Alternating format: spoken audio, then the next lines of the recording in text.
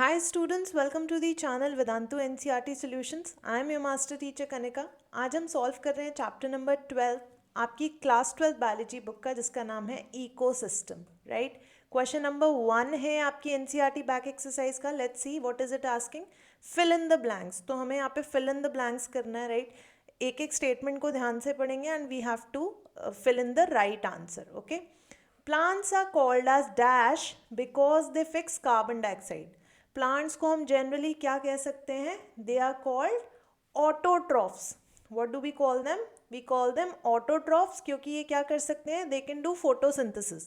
Right. Carbon dioxide को fix करके अपना खाना बना सकते हैं. Right. They can make their own energy. तो इसीलिए हम इनको self dependent right in mode of nutrition कहेंगे. That is autotrophs. In an ecosystem dominated by trees, pyramid of number is dash type. तो अगर पिरामिड ऑफ नंबर की हम बात करें, right, pyramid of numbers in context of a big tree. तो बच्चों big tree के कंटेक्स्ट में सोचो कि प्रोड्यूसर कौन है? Big tree itself. राइट. ये प्रोड्यूसर है.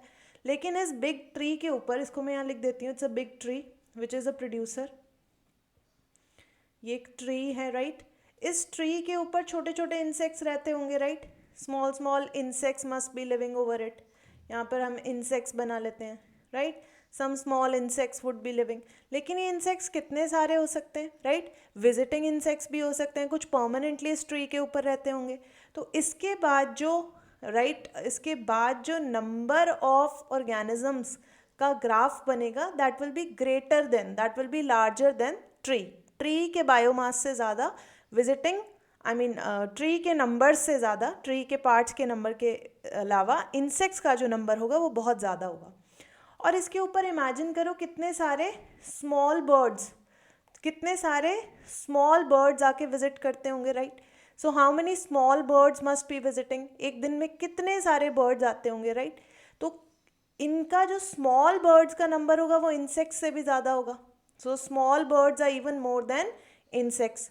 और अगर इनके ऊपर विजिट करने वाले जो स्मॉल बर्ड्स को खाएंगे, कौन खाएंगे? लार्ज बर्ड्स खाएंगे. राइट. तो लार्ज बर्ड्स का नंबर इनसे भी ज़्यादा हो सकता है. राइट.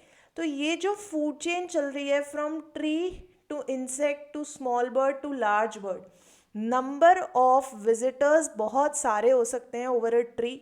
ट्री तो फिक्स्ड है, उसके पार्ट्स भी फिक्स्ड हैं, उसका नंबर भी फिक्स्ड है. Number of leaves, number of twigs, number of fruits, number of seeds. Right. लेकिन उसके ऊपर विजिटिंग नंबर ऑफ ऑर्गेनिजम्स कितने सारे हैं. इसकी वजह से जो हमारे पास यहाँ पर पिरामिड बनेगा, that will be inverted in shape. कैसा बनेगा? It will be inverted type. Inverted type. Right. तो हमारा सेकेंड आंसर हो गया inverted. In an aquatic ecosystem limiting factor for productivities. अब आपको पता है एक्वेटिक इकोसिस्टम जैसे कि एक ओशन, जैसे कि एक रिवर, जैसे कि एक स्ट्रीम में सबसे लिमिटिंग फैक्टर प्रोडक्टिविटी के लिए क्या हो सकता है? लाइट. क्योंकि लाइट जो है लीस्ट पेनिट्रेट कर पाएगी into the depth of the water. Specially oceans की बात करें तो लाइट एक लिमिटिंग फैक्टर है. Common detritivores in our ecosystem are. सबसे कॉमन तरह के डेट्राइटिवोर्स कौन से हैं? मैं नेक्स्ट पेज पर लिख देती हूँ. कॉमन तरह के डेट्राइटिवोर्स आर अर्थवॉर्म. अर्थवॉर्म क्यों? क्योंकि ये डेड एंड डिकेइंग मैटर के ऊपर फीड करते हैं. राइट. आप इनको फार्म्स में, फील्ड्स में इंट्रोड्यूस करा सकते हैं so that they can decompose the organic matter और उससे आपको मैन्योर भी, नेचुरल मैन्योर भी मिलेगा. राइट. लास्ट पार्ट पे आ जाते हैं. That is major reservoir of carbon on earth is. Carbon का मेजर रिजर्वॉयर अर्थ के ऊपर क्या है बच्चों? ओशंस. ओशन में सबसे ज़्यादा कार्बन का रिजर्वॉयर पड़ा है.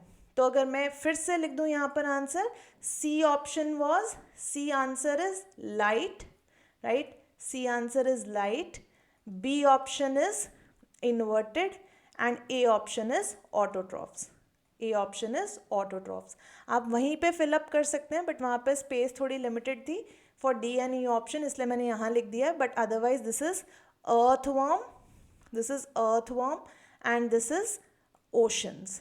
This is oceans. राइट. तो ये आपके 5 फिल इन द ब्लैंक्स थे जो question number 1 of NCERT back exercise chapter 12 ecosystem में पूछा गया था। आई होप आपको सभी के सभी ऑप्शंस क्लियर हो गए हैं, सभी फिल इन द ब्लैंक समझ में आ गए हैं।